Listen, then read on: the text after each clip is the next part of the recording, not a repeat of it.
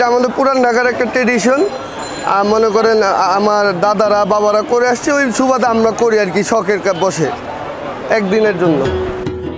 সবরাত উপলক্ষে এটা যারা আত্মীয় স্বজনের বাড়িতে দিবে তারা হালুয়ার সাথে রুটি দিবে, আর নতুন আত্মীয়তা শুরু হলে তো কোনো কথাই নেই। সবরাত উপলক্ষে এটা তো পুরনো ঐতিহ্যবাহী ঢাকা শহরের, যারা পুরনো ঢাকার লোক, ব্রিটিশ আমলের আগের চাইতে এটা একটা রেওয়াজ হয়ে গেছে আর কি, রীতি, যে সবরাত উপলক্ষে আপনার আত্মীয় স্বজনের বাড়িতে সবরাতে রুটি আদান প্রদান করা হয়, এক আত্মীয় আরেকটির বাড়িতে দেয়। যেমন আত্মীয় নতুন বিয়ে শাদী হইলে, কথাবার্তি পাকা হইলে দেওয়া, এটা একটা হলো মনে করেন সামাজিকতা রক্ষা হয় এবং নাম হয় যে কে কতটুকুলো দিতে পারে, কে দুইটা, কেউ বড়, কেউ ছোট, বুঝছেন? এইটাই হলো এই সবরাতে যে হালুয়া রুটির যে একটা ঐতিহ্য, শুধু আমাদের পুরনো ঢাকা চক বাজারে এটা এই নবাবী আমলের থেকে এটা চালু আছে।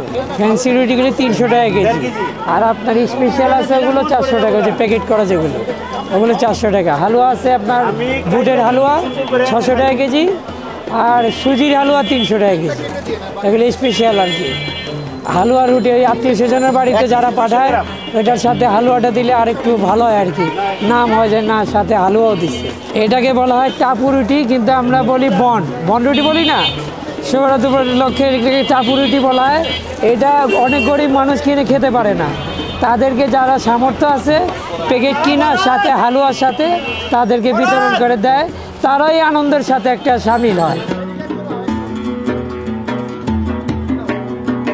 কি কি পাওয়া যাচ্ছে?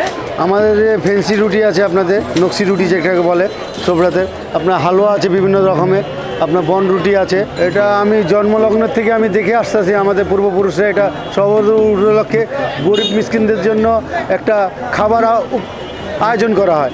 এটাও প্রচলিততে আত্মীয় স্বজনকে কিছু বন্টন করা হতো, দেখা যেত আত্মীয় স্বজনের বাসাও যেত, এটা থেকে প্রচলন হয়েছে। এইভাবে করে দেখা গেছে যে এটা প্রচলিত হয়ে আসতেছে, যে সবরাতে হালুয়া রুটি তৈরি হয়, আত্মীয় স্বজনের মধ্যে বিলি করা হয়।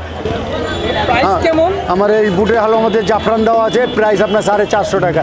ঘি এবং জাফরান, বাদাম, কিশমিশ দেওয়া আছে।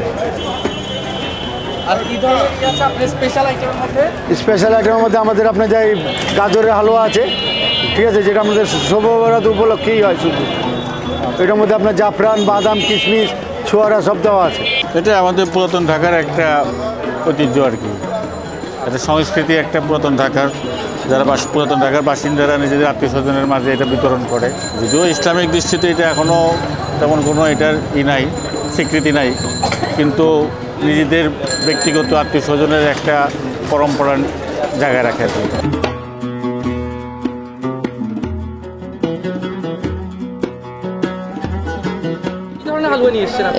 দুধের সুজির হালুয়া, আর এটা হলো বুটের ঘি দিয়ে বুটের হালুয়া। জি, গরিব মানুষরা যেন খেতে পারে, আমরা যেন খাওয়াইতে পারি, এই কারণে আর কি বসা। আর এটা হলো অনেক ঐতিহ্য খাবার এটা আর কি।